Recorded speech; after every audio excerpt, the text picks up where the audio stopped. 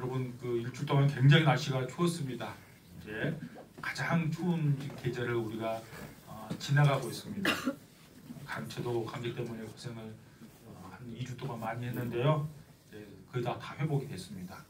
감기 걸리지 않고 겨울을 잘 날 수 있도록 그렇게 건강 관리 잘 하면 좋을 것 같습니다.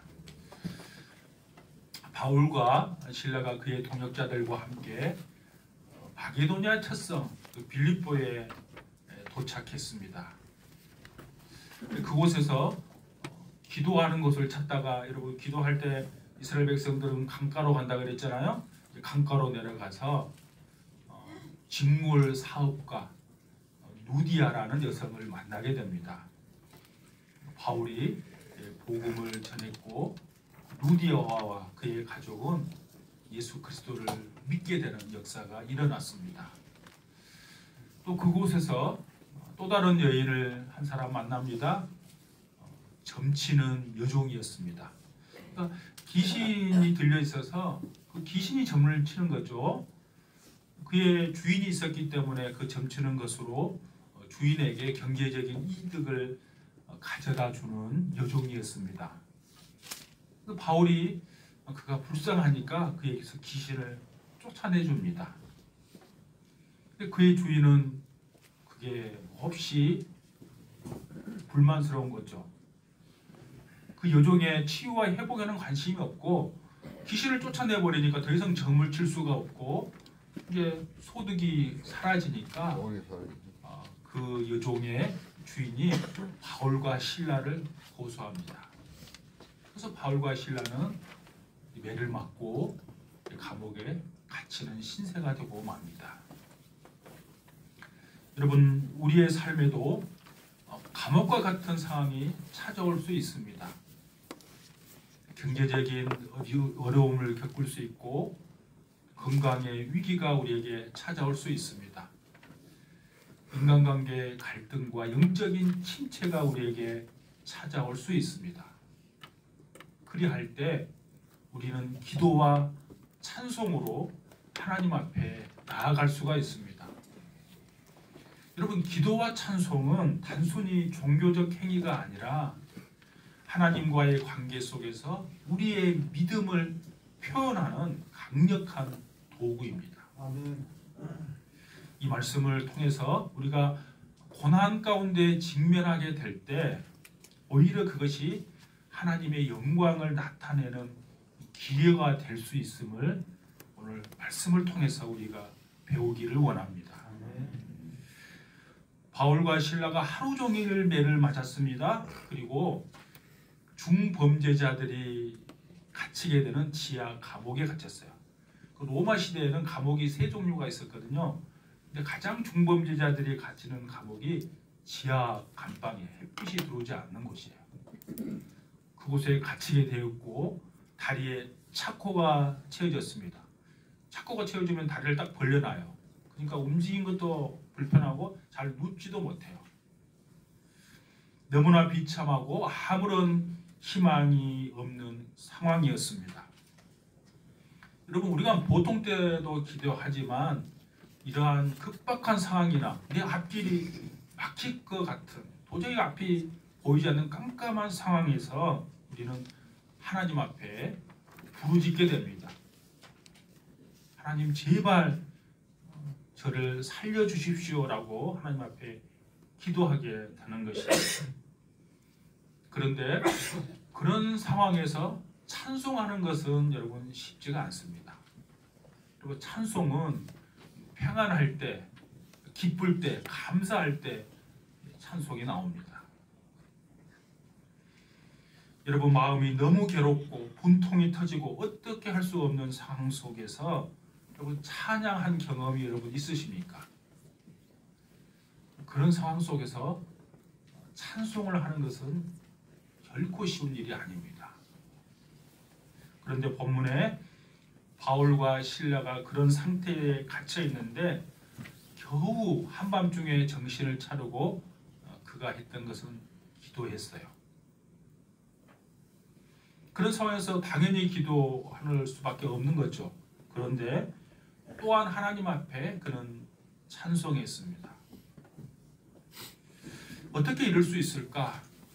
기도만 한 것이 아니라 하나님 앞에 그 극한 상황 속에서도 찬송을 할 수 있었을까? 우리 한글 성경에는 시제가 구분되어 있지 않는데요. 헬라어 원문의 성경에 보면 기도했다와 찬송했다가 시간 차이가 있습니다. 그러니까 기도를 한참 한 다음에 찬송했다는 것을 알 수 있어요. 기도한 결과로 찬송이 나오게 된 것이죠. 여러분, 좋은 예가 구약의 한나라는 여인입니다.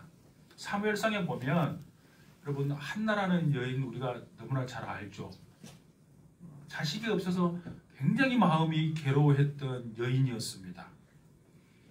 구약 시대 때 자식이 없으면 어떤 그 당시에는 생각을 가졌는가 하면 하나님께서 저주해서 그 태를 막았다고 구약의 사람들은 생각했어요. 이게 자식이 없으니까 너무 마음이 괴로운 상황이었습니다. 그래서 한나가 자신의 괴로움을 안고 얼마나 심하게 기도했든지 통곡했다고 성경은 기록하고 있어요. 통곡한 거예요. 여러 가지 감정이 있었던 거죠. 자식이 없는 것도 괴로운데 자기 둘째 부인도 자기를 괴롭게 하고 남편도 자신의 마음을 몰라주고, 그러니까 이 기도하는 가운데 통곡한 거예요. 제가 어제 우리 최덕중 목사님 병원에 신방을 갔는데 기도한 최덕중 목사님 한나 같아요. 통곡하고 저를 막 붙잡고 우는 거예요. 그러니까 여러 가지 생각이 드는 거죠. 연세도 높으시고 몸도 불편하고 움직일 수도 없고 병원에 누워 있는 거, 그런 여러 가지 그 생각이 드니까 그냥 울음을 안 거치는 거예요. 제가 그냥 기도를 끊을 수가 없어요. 어떻게 권사님이 우시는지. 지금 한나가 그런 마음인 거예요. 그런데 아들이 없어서 괴로운 심정으로 기도했던 그 한나의 기도가 바뀌게 됩니다. 아들을 주시면 그 아들을 하나님 앞에 드리겠다고 그는 서원합니다. 여러분, 여기에 중요한 열쇠가 있습니다. 한나가 처음 성소에 가서 기도하게 된 그 계기는 자기가 아들이 없고 너무나 비참한 상황이고 괴로움을 당했기 때문입니다. 그래서 통곡하고 울부짖는데 기도하다가 영적으로 뻥 뚫린 것 같은 그 체험을 하게 된 거예요. 하나님 앞에 심장이 통했다는 표현을 쓰는데 하나님과 마음이 통하게 된 것입니다. 자신과 같이 비천하고 가련한 여인이 자식 하나만 없어도 이렇게 괴로운데 지금 이 상황에 하나님의 마음을 백성에게 대실 전해줄 사람이 한 사람도 없다는 것이 정말로 신박하고 기가 막히는 상황이구나 라는 것을 한나는 깨닫게 된 것입니다. 그리고 그때는 우리가 잘 아는 것처럼 사사시대였습니다. 사사시대는 하나님의 말씀이 임하지 않은 때였습니다. 당시 제사장은 엘리였어요. 그러니까 제사장이 엘리였지만 엘리가 사사까지 같이 겸하는 시대였어요. 근데 그 제사장이었고 사사였던 엘리에게 하나님의 말씀이 임하지 않았습니다. 그럴 때 자신의 괴로움 때문에 성소에 와서 하나님 앞에 기도했던 한나, 기도하다가 하나님의 심정을 깨닫게 된 것입니다. 그러니까 한나가 단순히 아들을 주시면 하나님 앞에 드리겠습니다 이렇게 기도한 것이 아니라 하나님의 말씀을 받아서 대언할 사람이 없다는 그 상황에 대해서 하나님의 안타까워하시는 그 마음을 깨닫게 되었고, 그래서 나에게 아들을 주시면 내 아들이 그 일을 하는 사람이 되도록 하나님 앞에 드리겠습니다라고 기도한 것입니다. 여러분, 기도는 우리의 마음을 하나님의 뜻에 맞추는 행위입니다. 기도는 단순히 우리의 문제를 해결해 달라고 요구하는 것이 아니에요. 기도는 단순히 나의 소원을 들어달라고 때를 쓰며 간청하는 것이 아니에요. 기도는 하나님의 뜻을 구하고 그 하나님의 뜻이 나의 마음에 맞도록 내 마음 그 하나님의 뜻에 내 마음을 맞추는 행위예요. 여러분, 어린아이와 같은 신앙을 가질 때는 우리 어린이들 다 그러잖아요. 다 달라고 하죠. 여러분, 초등학교 들어가기 전까지는 자녀를 다 달라고 해요. 그건 뭐 나쁘지 않아요. 초보 때는 다 그렇게 기도하지만 또 성장하게 되면 여러분 그런 자식이 있습니까? 부모님의 뜻을 헤아리는 거죠. 마찬가지예요. 기도도 그러는 거예요. 내가 성장하게 되면 늘 달라고만 기도하는 것이 아니라 하나님의 뜻이 무엇인지를 늘 묻는 거예요. 그러니까 하나님의 뜻에 나의 마음을 맞추는 행위가 기도인 거예요. 기도는 우리의 생각과 감정을 정리하고 하나님의 뜻을 분별하게 하고 그분의 섭리를 신뢰하도록 돕습니다. 이처럼 하나님의 마음을 알게 되면 기도가 그때부터 바뀌는 거예요. 늘 달라고 하는 기도에서 하나님의 뜻이 무엇입니까를 늘 묻게 되는 거예요. 그러니까 바울과 실라의 기도가 나중에 찬송과 감사로 끝나는 거예요. 그러니까 왜 찬송할 수 있었는가 하면 하나님 앞에 간절히 기도하니까 하나님의 뜻을 알게 되었고, 그래서 내 상황이 너무 힘든 상황이지만 찬송할 수 있게 된 거예요. 복음을 전하겠다고 열심을 낸 것밖에 없는데 바울과 실라가 감옥에 갇혔습니다. 어쩌면 죽을 상황에 처해 있습니다. 그래서 하나님이 어떻게 된 일입니까? 라고 아마 원망하는 기도를 처음에는 했을 거예요. 그런데 이 상황을 놓고 하나님, 이것이 무슨 뜻입니까? 라고 기도했을 때 하나님의 관심이 어디에 있는지를 그들은 깨닫게 된 것입니다. 바울과 실라가 이런 상황에서 기도하다가 깨닫게 된 것이 여러분 무엇이겠습니까? 그들은 아시아에서 복음 전하는 것을 원했어요. 근데 성령의 하나님께서 그 길을 막으시고 지금 빌립보로 인도한 것이 아닙니까?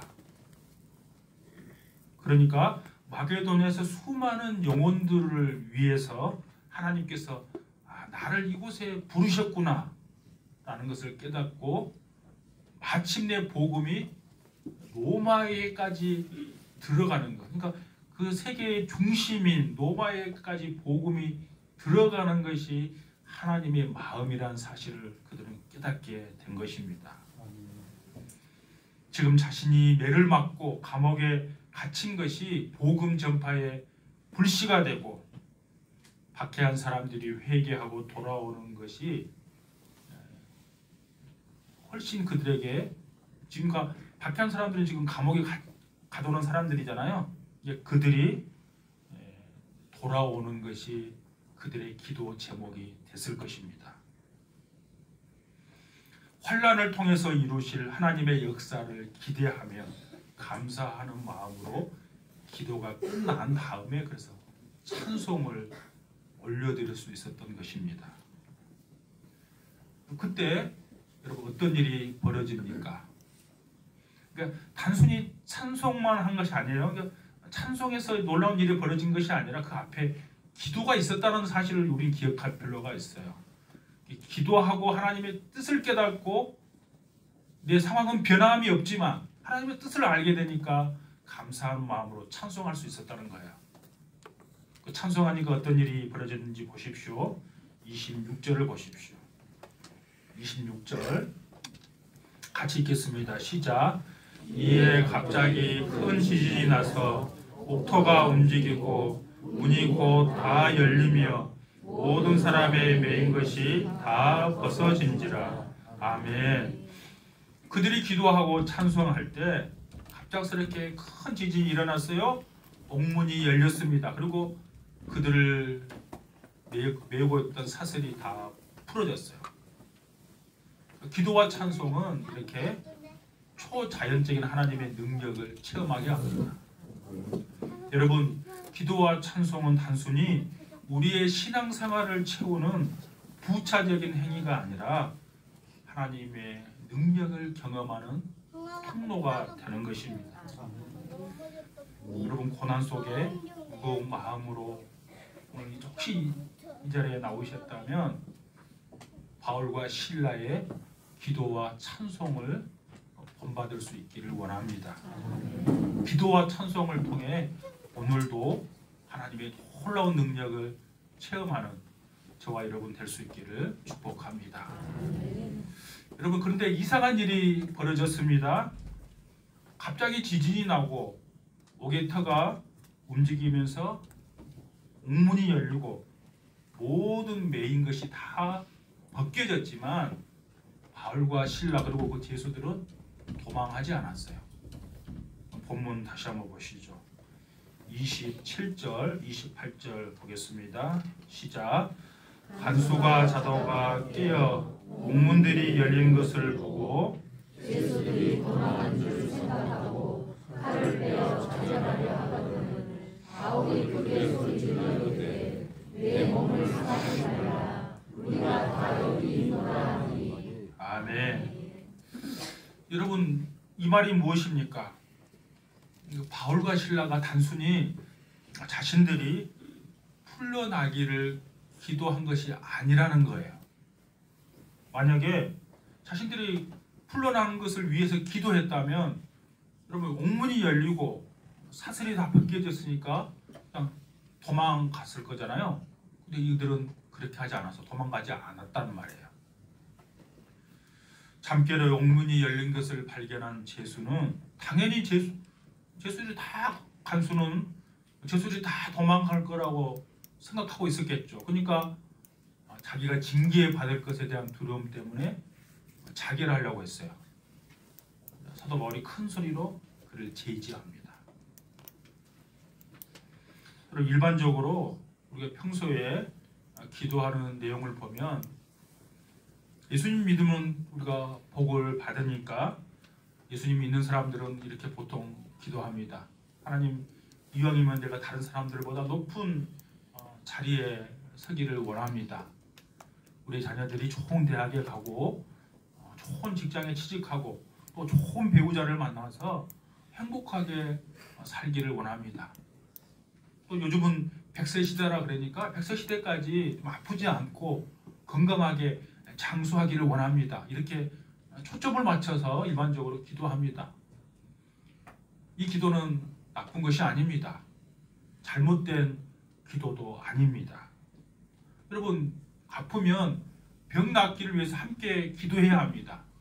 좋은 길이 열리도록 같이 기도해야 합니다. 그런데 거기에만 관심이 있는 것이 문제입니다. 하나님의 뜻은 전혀 상관이 없고 딱 거기에만 매몰되어 있는 것이 문제라는 거예요.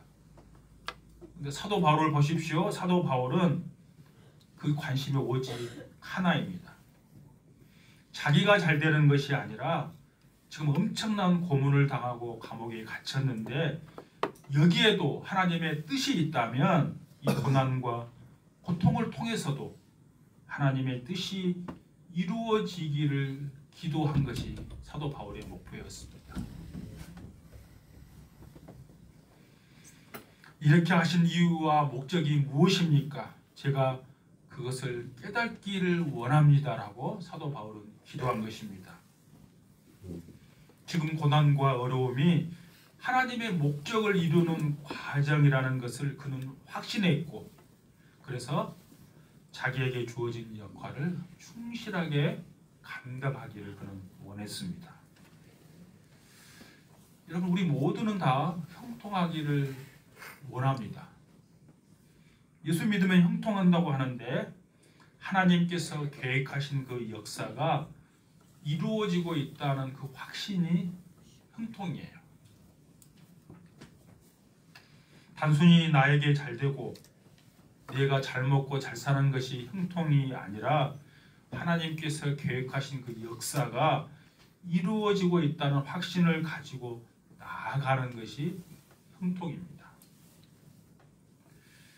그러니까 형통은 내가 원하는 것이 그대로 이루어지는 것이 아니라는 거예요. 혹시 그것이 나에게 고난이 되고 어려움이 있어도 그 일을 통해서 하나님의 뜻이 이루어진다면 그것이 형통이라는 거예요. 우리는 성경에서 말하는 형통의 개념을 늘 갖고 있어야 돼요. 성경에 나오는 인물 가운데 형통의 대명사가 누구입니까? 창세기에 나오는 요셉입니다. 요셉 하면 여러분 그냥 형통을 떠올리시면 돼요. 근데 여러분 요셉의 인생을 보십시오. 요셉은 어린 나이에 애굽의 종으로 팔려갔어요. 그럼 10대 중반 때 종으로 팔려가면 얼마나 힘들겠어요. 또 하나님의 거룩한 백성으로 살려고 노력했지만 감옥에 갇혔어요. 종으로 팔려가고 감옥에 갇히는 그 상황을 성경은 뭐라고 기록하는가 하면 요셉이 형통했더라 그렇게 성경은 기록하고 있어요. 좀 이상하지 않는가요?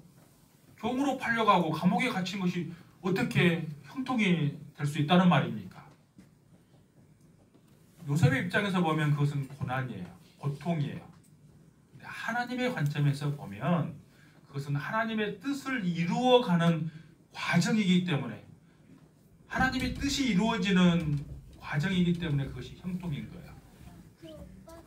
하나님은 요셉을 애굽에 보내놓은 이유가 있잖아요. 그곳에서 이스라엘 백성들을 이렇게 창대케 해서 놀라운 하나님의 역사를 이루어갈 목적으로 요셉을 애굽에 보낸 거예요. 그러니까 그것이 요셉에게는 고통이고 고난이었지만 하나님의 입장에서 보면 그것이 하나님의 뜻을 이루는 길이기 때문에 형통인 거예요. 그래서 성경은 요셉이 형통하였더라 성경은 기록하고 있는 거예요. 아무리 좋은 게 있어도 또 그리로 제일 빨리 달려간다 할지라도 그 길이 천길 낭떠러지 길이라면 그것이 아무리 좋은 길이라도 그것은 형통일 수가 없는 것이죠. 그러나 아무리 힘들고 어렵다 할지라도 그것이 하나님의 뜻이 이루어지는 길이고 하나님께 인정받는 길이라면 그것이 형통인 줄로 믿습니다. 얼마든지 감옥에서 벗어날 수 있는 상황이 주어졌음에도 불구하고 우연하게 거기에 앉아있는 바울과 실라의 모습, 그 권위에 간수들은 압도당합니다. 그래서 자기도 모르게 오늘 본문에 보니까 무서워 떨었다 그랬습니다.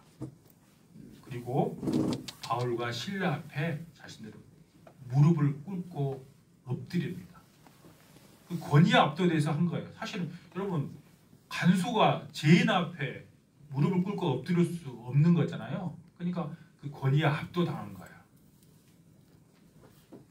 잠시 후에 정신을 가다듬고 자리에서 일어난 간수는 바울과 실라를 감옥에서 데리고 나옵니다. 나중에 보면 자기 집으로 초대해서 아픈 상처 부분을 다 씻겨주죠. 그리고 음식도 먹이게 되죠. 그리고 그는 아주 중요한 질문을 합니다. 30절을 보십시오. 30절 같이 읽겠습니다. 시작. 그들을 데리고 나가 이르되 선생들이여 내가 어떻게 하여야 구원을 받으리까 하거늘. 아멘. 이 본문을 잘 보십시오. 간수는 바울과 실라에게 뭐라고 하는가 하면 선생들이여 이렇게 말했습니다. 조금 번역이 아쉬운 부분이에요. 헬라어 원문에는 큐리오스라는 단어를 썼어요. 뭔가 하면 우리가 잘 아는 주님이라는 단어예요. 그러니까 우리가 예수님을 부를 때 주님 이렇게 부르잖아요. 그 똑같은 단어를 지금 여기에다 썼어요.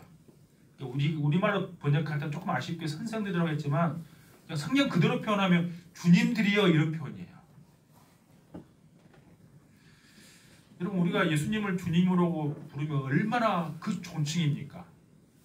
그러니까 인간이 인간에게 사용할 수 있는 가장 높은 그 찬송과 같은 단어를 써서 지금 부른 거예요.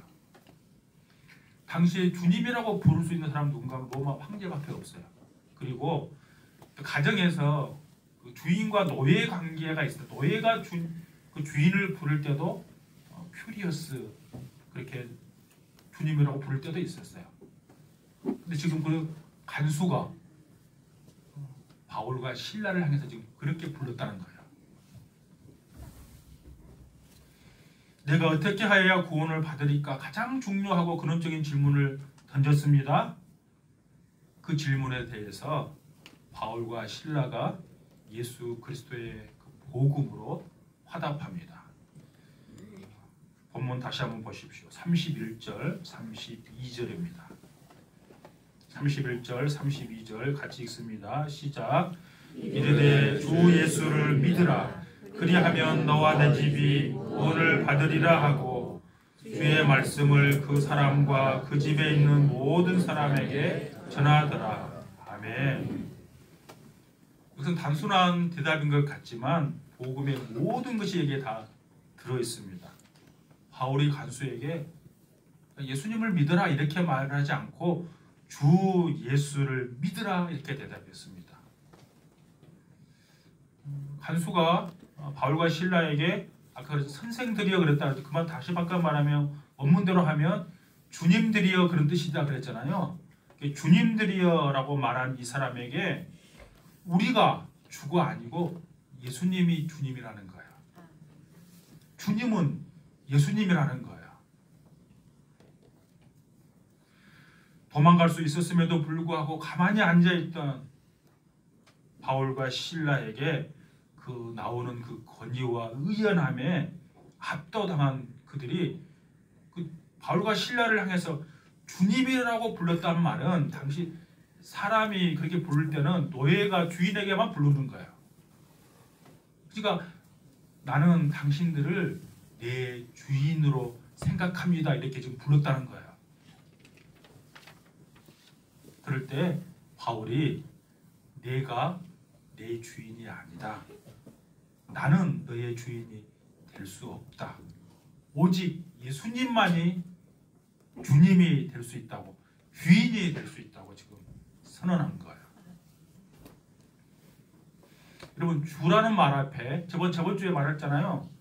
그 귀신 들린 여인이 부를 때는 정관사가 붙어 있지 않다 그랬잖아요. 근데 오늘 이 본문에는 그 주라는 말 앞에 정관사가 붙어 있어요. 그러니까 그 주님, 유일하신 주님 그런 뜻이에요.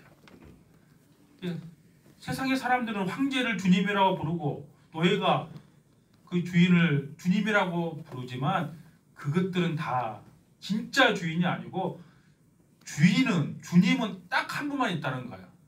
정관사가 붙으면 딱 하나잖아요. 그러니까 예수님만이 진정한 주인이 될 수 있다는 선언인 거예요. 이게 복음의 핵심이에요. 그 많은 사람 중에 한 사람을 우리가 섬긴 것이 아니에요. 나머지는 다 가짜예요. 우리의 주님, 우리의 주인은 딱 한 사람밖에 없어요. 예수 그리스도. 많은 종교 중에 우리가 하나를 선택한 건 아니에요. 그 다른 종교들은 우리의 주님이 될 수 없어요. 여러분 혹시 설날 되면 그 어디 가서 이렇게 혹시 궁금해서 점 보십니까? 요즘 그냥 점 보는 걸로 온 나라가 시끄러운데 여러분 점 안 보시죠?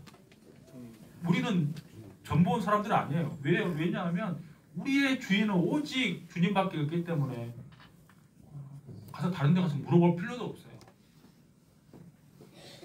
근데 가끔 누가 그러더라고요. 예수 믿는 사람도 본다는 말을 제가 들은 적이 있어요. 보지 마세요. 우리의 주인은 오직 한 분밖에 예수 그리스도밖에 없어요. 바울은 놀랍게도 주 예수를 믿으라 그리하면 너와 내 집이 구원을 얻으리라고 대답했습니다. 내 집이란 말은 내 가족이 구원을 받는다는 말이에요. 근데 구원은 내 개인적인 구원으로 끝난 것이 아니라 우리 온 가족이 구원받은 거예요.